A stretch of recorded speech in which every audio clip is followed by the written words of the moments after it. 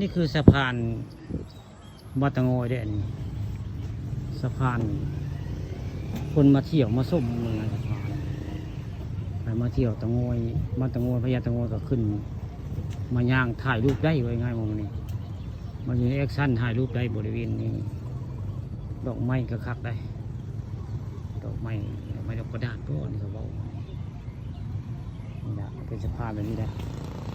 สะพานนั้นบ่ได้เฮ็ดไว้โซ่ซื้อไว้ง่ายคนขึ้นมาถ่ายรูปมุมนี้บริเวณพญาตะโงยบ้านตะโงยนี่ครับและบรรยากาศร่มรื่นนี่มีร่มไม้มีนกห้องเนี่ยนกเอี้ยงห้องเศร้ามันนี่บรรยากาศคักได้พามาว่ามันจะย่างอยู่ในสะพานบุกสะพานบุกบริเวณพญาตะโงยบ้านตะโงยอันนี้นี่เป็นสะพานอันนี้ได้แล้วก็เป็นหินแบบนี้ได้นี่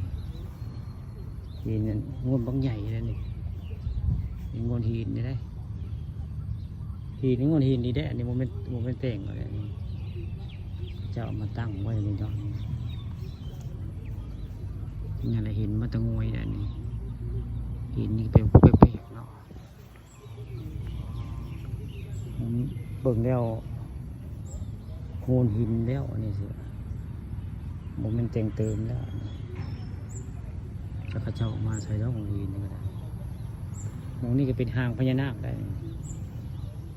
นี่ก็หางพญานาคเลยหางพญานาคบ้านตะโงยล่ะนี่ก็ประตูคนได้เป็นสะพานข้ามไปบ้านตะโงยสะพานข้ามบ้านตะโงยสะพานนี้เดี๋ยววันนี้ก็เห็นแล้วพญานาคสองโตงอหัวอีกแล้วผมผู้ข้ามาแต่ตอนเช้าได้มาถ่ายนำพุงมะมานี่เลยได้เวะเข้ามานี่เลยมาถ่ายทำเรื่องน้ำพุงแล้วก็เรื่องพญานาคใหญ่ปันขาดก่อนคือจะได้อันพญานาคงูใหญ่พญานาคใหญ่บ้านตะโงยนี่ครับขักได้งอหัวงอหางขักได้ผมปินหน้าทางตะวันตกได้พญานาคสองโตผ้าปานทองคำผสม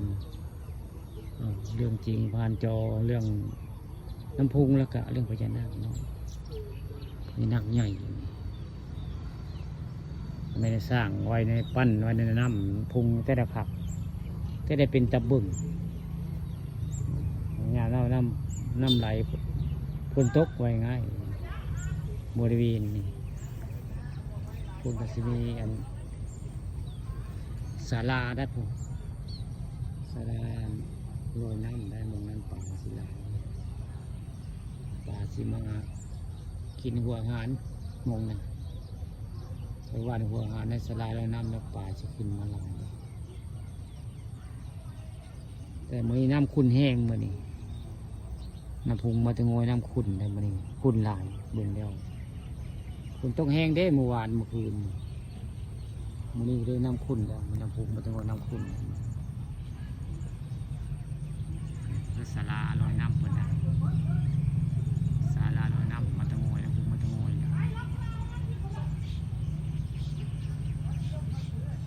ตอนเช้ามีข้าวเรื่องจริงผ่านจอ